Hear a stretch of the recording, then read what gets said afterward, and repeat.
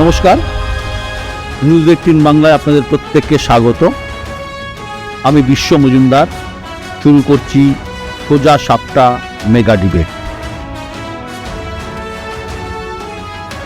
বিচার এবং ন্যায় বিচার শুনতে অনেকটা একই রকম হলেও দুটি শব্দের অর্থ অনেকটাই আলাদা।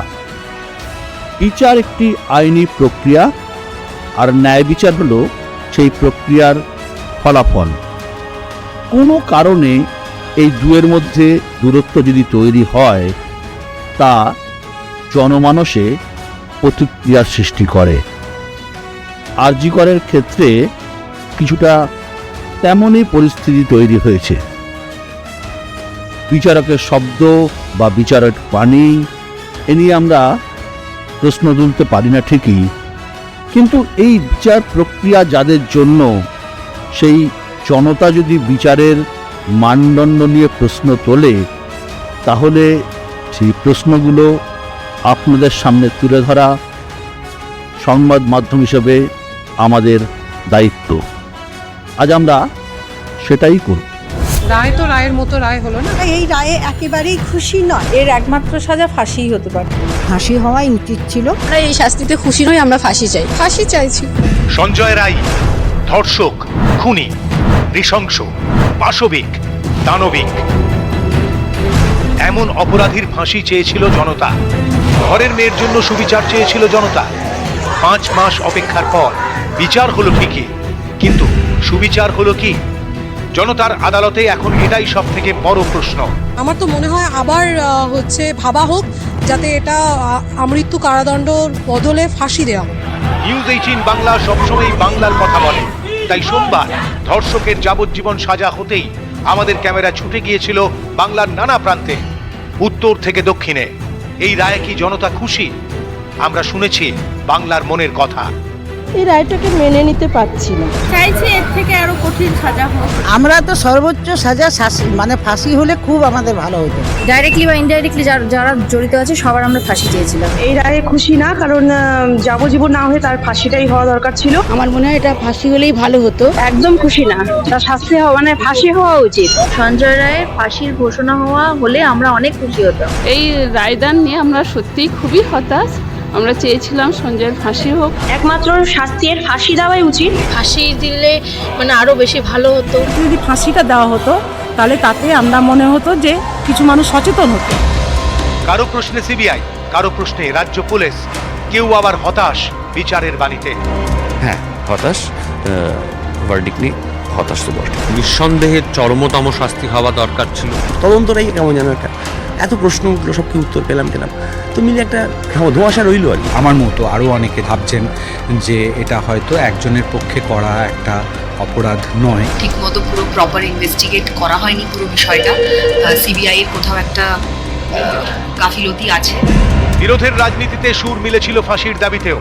অপরাধীর ফাঁসি চেয়ে পথে নেমেছিলেন মুখ্যমন্ত্রী। রায়ে হতাশ তিনি। যদি কেউ দানবিক হয়, যদি কেউ পাশবিক হয়, তাহলে সমাজ কি মানবিক হতে পারে?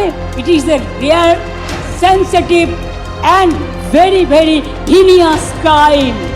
এবং ক্রাইম করে যদি কেউ বেঁচে যায়, সে তো আবার ক্রাইম করবার চেষ্টা করবে। পথে নেমেছিল বিরোধীরাও। হতাশার সুর এই শিবিরেও। এদের জীবজন্তুর সঙ্গে তুলনা করা মুশকিল। এসব লোককে ক্ষুধার্ত নেকড়ের সামনে ছেড়ে দেওয়া উচিত। প্রশ্ন এখন একটাই, কেন ফাঁসি হলো না সঞ্জয়?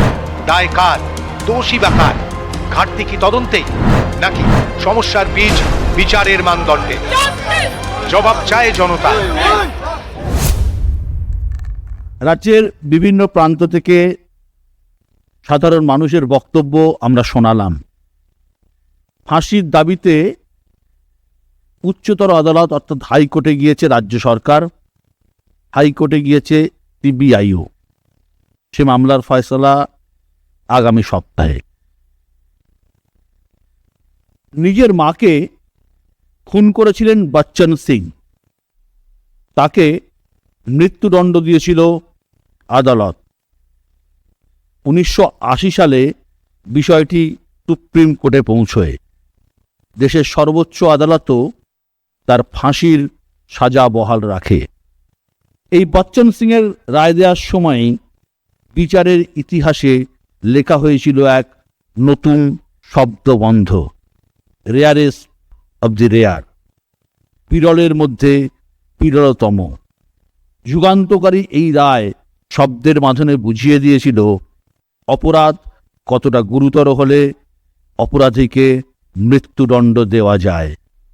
তারপর থেকে যখনই এদেশে ফাঁসি হয়েছে তখনই সেই অপরাধকে রেয়ারেস্ট অব দি রেয়ার তকমা দেয়া হয়েছে।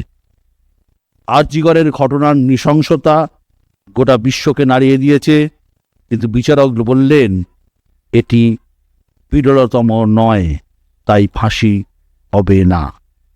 এই রায়কে মেনে নিতে পারছে না বাংলার মানুষ, দেশের মানুষ। এ নিয়েই আজকে আমাদের আলোচনা, সোজা সাপটা মেগা ডিবেট, আজকের মোশন, রায়ে হতাশ জনতা। আমরা আমাদের এই ডিবেটে প্রথমে প্রত্যেককে 3 মিনিট করে বলার সুযোগ দেব, তারপর আপনারা আসন গ্রহণ করবেন, তারপর আমরা শুরু করব আমাদের সোজা সাপটা মেগা ডিবেট আলোচনা। প্রথমে আমি ডেকে নেব দেবলীনা দত্তকে।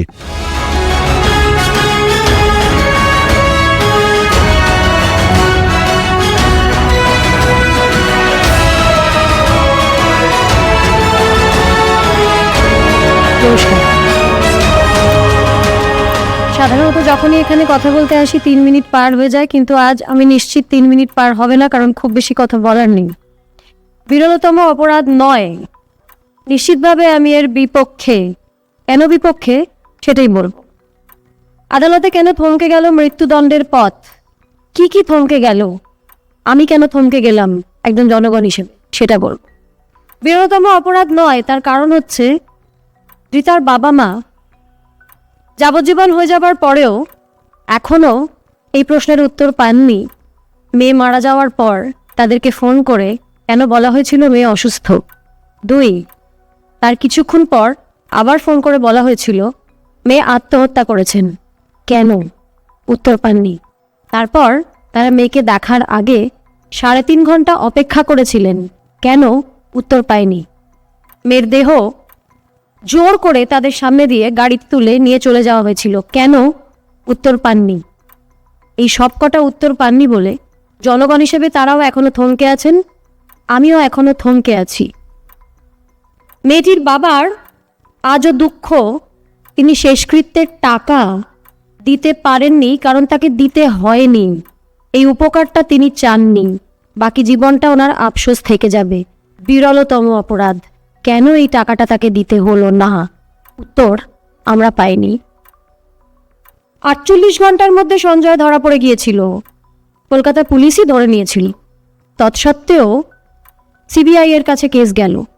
যার আজকে শাস্তি হলো সে তো ধরা পড়ে গিয়েছিল 48 ঘন্টার মধ্যেই। তাহলে সিবিআই এর কাছে ঠিক কী কারণে কেস গেল? উত্তর আমরা পাইনি, থমকে আছি উত্তরের অপেক্ষায়। সিবিআই এর কাছে কেস এই জন্য গিয়েছিল কারণ যতজন ফরেন্সিক এক্সপার্ট এটা নিয়ে কথা বলেছেন, যতজন, আমি একজনও ব্যতিক্রম খুঁজে পাইনি সোশ্যাল মিডিয়াতে। যদি খুঁজে পাই খুব খুশি হব, অপেক্ষায় আছি। প্রত্যেকে চুলচেরা বিচার করে ছোট্ট শিশুকে যেভাবে বোঝানো হয় সেইভাবে আমাদের বুঝিয়ে দিয়েছেন ঠিক কেন একজনের পক্ষে এই অপরাধ করা সম্ভব না। চুলচেরা বিচার করে বুঝেছেন। বাচ্চা, 4 বছরের বাচ্চাও বুঝতে পারবে। আমি তো বড় হয়ে গেছি, বুঝতে পেরেছি। তৎসত্ত্বেও একজনকেও তারপর সিবিআই অ্যারেস্ট করলেন না। সিবিআই বলেছিলেন যে প্রমাণ লোপাট করা হয়েছে, ঠিক সেই কারণে সন্দীপ ঘোষ এবং টালা থানার ওসিকে অ্যারেস্ট করা হয়েছিল। আমি বলিনি, সিবিআই বলেছিল। শেষ প্রশ্ন আমার, একজন সিভিক ভলেন্টিয়ার সঞ্জয় রায় খুনটা করেছে একা, তাকে বাঁচানোর জন্য এত কিছু, তার প্রমাণ লোপাট করার জন্য সন্দীপ ঘোষ এবং টালা থানার ওসি। কি আশ্চর্য না? মেয়েটির মা এখনো মাথায় চিরুনি দেননি 5 মাস। বাকি জীবনটা দেবেন না যতদিন না বাকি অপরাধীরা ধরা পড়বেন। হয়তো ওনাকে বাকি জীবনটা আর চিরুনি দিতে হবে না মাথায়। আমি অপেক্ষায় আছি মেয়েটির মা কবে মাথায় চিরুনি দেবেন। যতদিন না দেবেন আমি থমকে থাকব, কারণ বাকি অপরাধীদের এখনো ধরা হয়নি, চিহ্নিতই করা হয়নি। হয়তো আমার আশেপাশে সর্বক্ষণ ঘুরে বেড়াচ্ছে, হয়তো এই মুহূর্তে আমার এই বক্তব্য টিভি সে বসে পায়ের ওপর পা তুলে কফি বা চা খেতে খেতে শুনছে। সঞ্জয় রায়ের ফাঁসি হলো কি হলো না আমার কিচ্ছু যায় আসে না। বাকি অপরাধীরা যতক্ষণ না ধরা পড়ছে ততক্ষণ আমরা নিরাপদ নই। ভারী মজা হয় যদি পুরো রাষ্ট্র বা পশ্চিমবঙ্গ এই নিয়েই শুধু আলোচনা করে সঞ্জয় রায়ের ফাঁসি হলো কি হলো না, সঞ্জয় রায়ের যাবজ্জীবন ঠিক কি ঠিক না। ভারী মজা হয়, আমরা দিকভ্রষ্ট হয়ে যাই, দিকভ্রান্ত হয়ে যাই। হব না। বাকি অপরাধীরা কোথায়? এই প্রশ্ন নিয়ে স্তব্ধ হয়ে আমি আমার বক্তব্য শেষ করব। ধন্যবাদ।